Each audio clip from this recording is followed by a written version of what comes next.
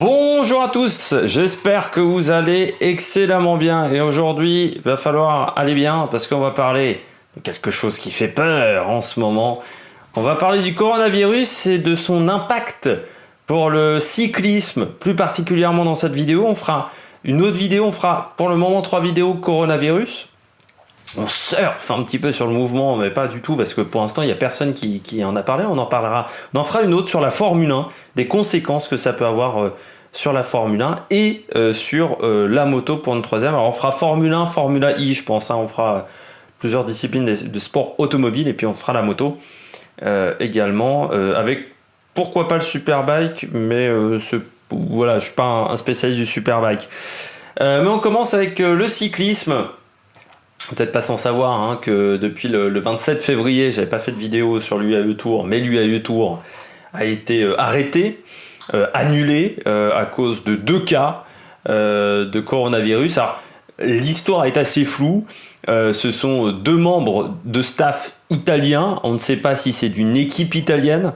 Il ne semblerait pas, hein, parce qu'il semblerait que les équipes italiennes soient plutôt parties. Mais 2 membres du staff d'une équipe qui sont italiens ont eu le coronavirus. Le coronavirus s'est déclenché. Donc tous les membres de la course se sont fait tester, que ce soit des journalistes, par exemple, dont l'équipe de la chaîne, que ça soit également les coureurs, le staff, mais également les organisateurs de la course qui ont dû se faire tester. Et tout le monde a été mis en quarantaine, donc dans 2 hôtels du côté d'Abu Dhabi, parce que c'est à ce moment-là, on était à Abu Dhabi. Pour le moment, il y en a encore des équipes qui sont coincées. Alors certains coureurs ont eu le droit de repartir, et d'autres équipes, dont Groupama FDJ, Cofidis, on sait que chez Cofidis, il y a des membres de staff italiens. Le team UAE, lui, a décidé de faire son confinement alors qu'il n'était pas obligé de le faire. Des équipes, quant à elles, sont reparties, mais vous avez Cofidis, vous avez Groupama FDJ. Situation qui a évolué cet après-midi avec le manager de l'équipe Cofidis qui a dit qu'il allait peut-être faire une grève de la faim avec son équipe pour pouvoir rentrer chez eux, pour avoir des informations, parce que pour l'instant il y a un vrai problème d'informations pour les gens qui sont présents. Et puis on va réfléchir également dans cette vidéo donc aux conséquences pour l'UAE Tour, parce que techniquement, si on a des cas qui sont avérés, alors c'est encore le problème, pour le moment on n'est pas sûr que les cas soient avérés. Mais si nous avons des cas avérés de coronavirus, techniquement, c'est-à-dire que la zone a été à risque. Donc, en France, c'est 14 jours de confinement. Mais dans beaucoup de pays du monde, quand vous avez été dans une zone à risque, vous avez 14 jours de confinement. Or, l'UAE Tour, la situation s'est donc déroulée le 27 février, donc plutôt le 28, pour dire un petit peu la situation, c'est là vraiment où les gens ont été confinés dans les hôtels. Donc on peut dire que le confinement a commencé le 28 février. Si on rajoute 14 jours, ça nous emmène au 13-14 mars. 13-14 mars, ça veut dire que Paris-Nice a déjà eu lieu, que Tirreno Adriatico a déjà débuté. Donc techniquement, les coureurs qui ont été sur l'UAE Tour ne peuvent pas participer à ces 2 courses. Ils pourront par contre aller sur Milan-San Remo.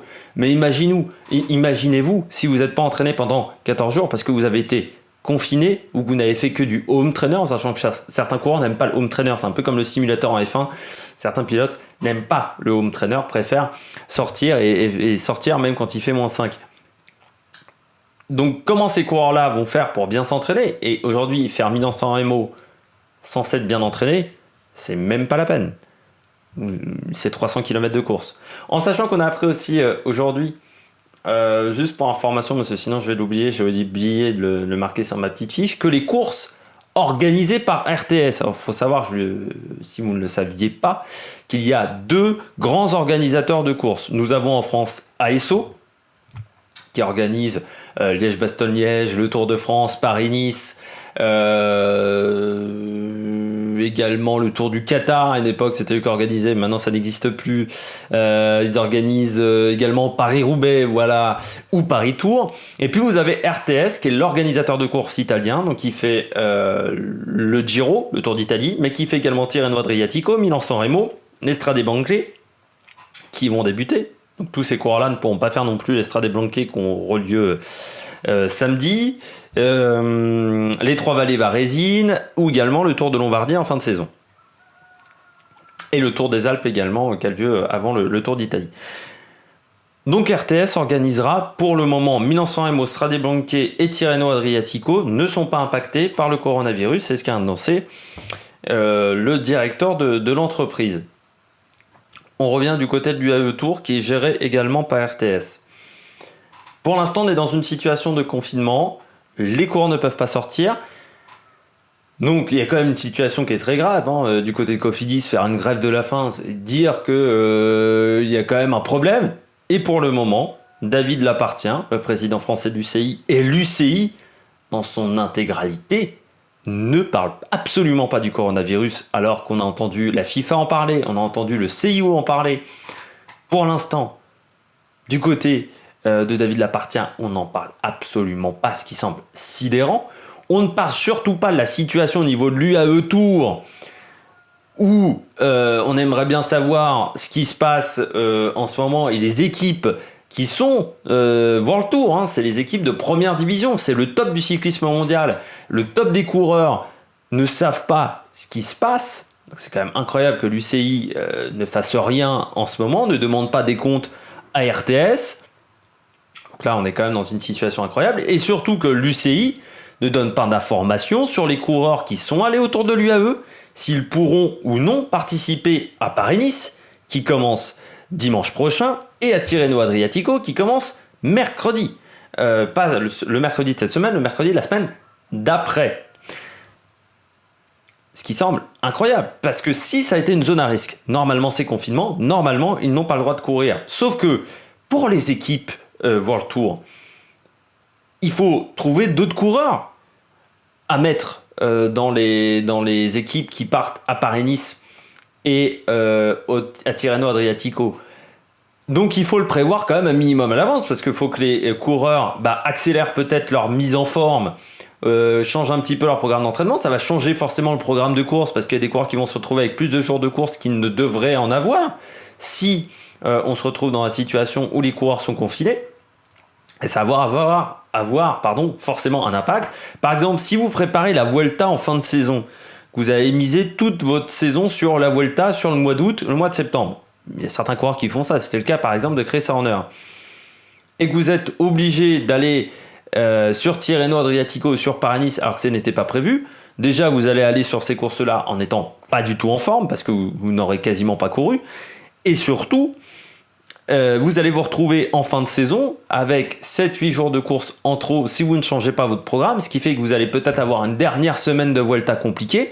Donc voilà, il faut changer foncièrement le programme, peut-être du mois de juillet. Donc l'impact de cette course au mois de mars, ça va forcément impacter le mois de juillet, le mois de juin. Peut-être que les coureurs qui feront Paris-Nice ne pourront pas faire le Dauphiné au final parce que c'était pas prévu. Enfin voilà, c'est un impact pour les équipes de World Tour, et pour l'instant, on n'a pas d'informations sur le confinement. Est-ce que ces courses auront lieu également en France? Même sur un Paris-Nice, je pense que sur une journée, il doit y avoir plus de 5000 personnes sur tout le parcours. Normalement, 5000 personnes, voilà, la zone confinée, on est toujours dans ce flou. Il faut savoir que depuis, normalement, hier en France, tous les événements avec 5000 personnes en zone confinée, alors ce qui est très très flou, sont interdits. Par exemple, il y a un marché qui a été interdit dans l'Oise, à côté le supermarché avait le droit d'ouvrir.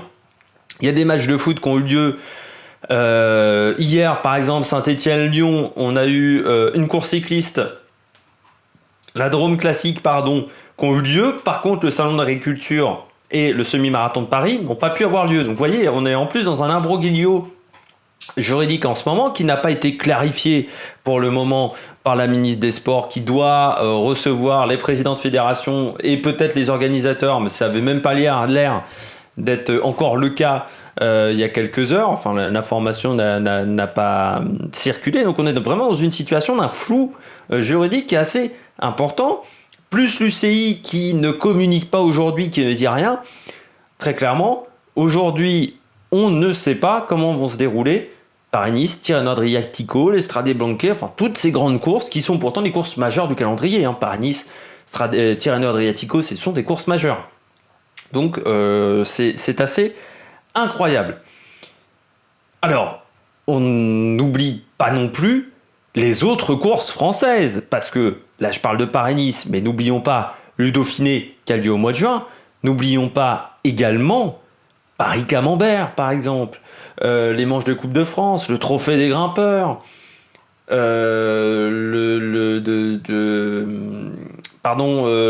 courses comme la Poly-Normande, enfin toutes ces courses de la Coupe de France qui vont, les courses également qui sont hors Coupe de France, par exemple Paris-Bourges, par exemple le Tour de la Mayenne, le Tour de la Sarthe.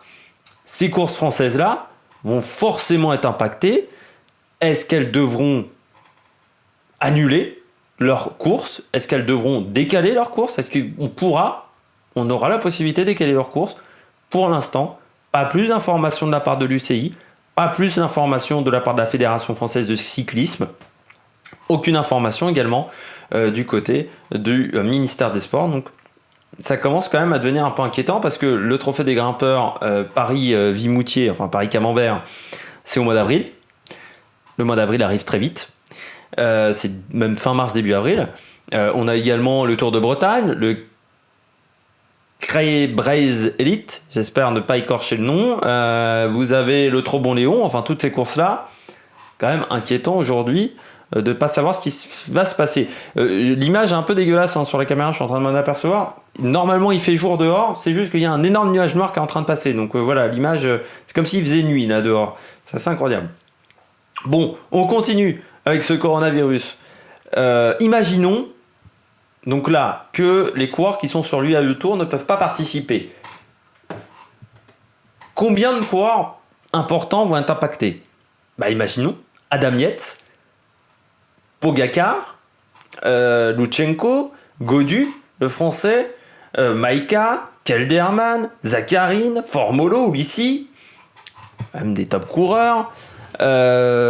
Qui on a d'autres? On a Valverde, on a Pozzovivo, Herrada de la Cofidis, Navarro Garcia chez Israel Startup Nation, on a Ciccone du côté de la Trek, Wout Poels, on a également Kochetkov, mais on a également un Cavendish, un Rudy Barbier du côté des sprinters, un Schwartzmann du côté de la Bora-Hansgrohe, un Rudiger Selig. C'est quand même des coéquipiers importants. Un Jakub Mareczko également chez CCC, Attilo Viviani, Dylan Groenewegen est sur cette course-là, Fernando Gaviria, Guarnieri, qui en a d'autres? On a Shane Archbold du côté de Deceuninck, William Clark c'est pas aussi important, Enrico Battaglin du côté de la Bahreïn, Caleb Ewan, j'avais oublié, Tony Martin fait également des coureurs qui sont coincés, Arnaud Démare, enfin voilà la situation, Ramon Silkeldam également pour les classiques, Stéphane Rossetto, Chris Froome fait partie des coureurs qui ont participé à cette course, Dario Cataldo également. Donc qu'est-ce qu'on va faire? Qu'est-ce qu'on va faire de tous ces coureurs-là? S'ils ne peuvent pas participer à ces deux courses-là, pour les coureurs qui ont participé à l'UAE Tour, ça va faire un nombre de jours de course qu'il va manquer et qu'il va falloir récupérer à un moment. Et s'ils participent à ces courses-là, alors qu'on n'a pas eu les 14 jours de confinement, s'il y a un coureur qui déclenche le coronavirus, ça veut dire qu'on impactera forcément d'autres coureurs et que la saison cycliste, parce que les équipes cyclistes, c'est à peu près entre 25 et 30 coureurs. Au bout d'un moment, si on a la moitié des coureurs professionnels de World Tour qui ont le coronavirus, admettons, on ne pourra pas continuer la saison. Les courses seront obligées d'être annulées. On ne pourra pas faire les courses parce que très clairement, on n'aura pas assez de coureurs dans les équipes. On n'aura pas assez de coureurs, on va dire, en pleine forme pour faire, je sais pas, le Giro. Le Giro, il faut 8 coureurs. Même pas anodin dans une équipe. Donc voilà, là pour le moment on est quand même dans une situation qui est compliqué. Et je trouve que le silence de l'UCI n'est pas normal. Et puis, donc imaginons qu'un cas se déclenche pendant Paris-Nice, au milieu de Paris-Nice. En France, ça va être problématique. Parce qu'on ne pourra pas faire une course à huis clos. Les spectateurs iront forcément sur le bord de la route, même si on leur interdit d'aller sur le bord de la route. Quand vous voyez une course cycliste, vous allez sur le bord de la route. Imaginons qu'un des coureurs cyclistes qui revient du Tour de l'UAE, ou même d'autre part, hein, qui n'a pas été au Tour de l'UAE, mais qui déclenche le coronavirus, imaginons qu'il court pendant 2-3 jours, voilà, sans qu'on s'en aperçoive, qu'il soit donc contagieux, qu'il tousse en plein milieu d'une arrivée. Imaginons, ça peut se produire. Comment on va faire pour retrouver tous les patients? Comment on va faire pour prévenir tout le public qui aura été sur cette course, en sachant qu'on n'a pas les numéros des gens qui vont sur le bord de la piste, qui vont sur le bord de la route? C'est impossible. Aujourd'hui, il va falloir quand même réfléchir à tout ça, et c'est quand même très inquiétant qu'il n'y ait pas de plan de secours, alors que le 8, on fait partir Paris-Nice, et que la première étape de Paris-Nice, c'est dans les Yvelines. Ça traverse l'intégralité des Yvelines. Et que dimanche, il y aura beaucoup de monde sur le bord de la route, parce qu'on va passer par la vallée de Chevreuse. Forcément, c'est des coins où il y a quand même beaucoup de population dans les Yvelines. Donc voilà, il va falloir quand même réfléchir à tout ça, et que pour l'instant, ça n'a pas été effectué. Et puis imaginons également qu'aucun cas ne se déclare parmi les coureurs, mais imaginons que sur le parcours d'une des étapes, imaginons par exemple qu'à Nice, on se retrouve avec un foyer de contamination. Il faut donc penser à réfléchir à la possibilité, j'espère qu'ASO a réfléchi à ça, que la course s'arrête au bout de 6 étapes, 7 étapes, parce qu'on a un foyer de contamination et qu'on ne pourra pas repartir. J'espère qu'il y a des plans de secours de la part de Paris-Nice au niveau du règlement, parce qu'il on pourra peut-être pas prévenir les coureurs, donc on pourra avoir un Paris-Nice qui peut ne pas se finir, mais est-ce qu'il sera annulé? En termes de points voir le tour, qu'est-ce que ça fera pour les équipes? Pour l'instant, c'est quand même le flou le plus total, et c'est, je trouve, incroyable que David Lappartient du CI ne parle pas, alors qu'il communique souvent pour des conneries, très clairement, pour des choses qui ne servent à rien, alors que là, ça serait quand même le moment de communiquer de manière importante. On va parler du coronavirus et de la Formule 1 dans une autre vidéo. On parlera de la MotoGP et du coronavirus dans une autre vidéo, et on fera une quatrième vidéo coronavirus. On aura un triptyque coronavirus.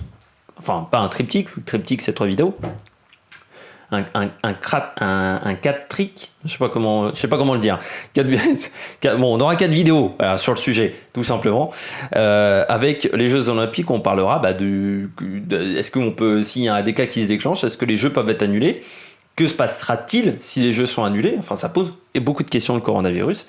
Et pour le moment, il n'y a pas de réponse. Donc l'idée, c'est de vous faire réfléchir. Vous pouvez réagir dans les commentaires si vous n'êtes pas d'accord avec moi, si vous voyez d'autres soucis, par exemple avec le coronavirus dont je n'aurais pas parlé.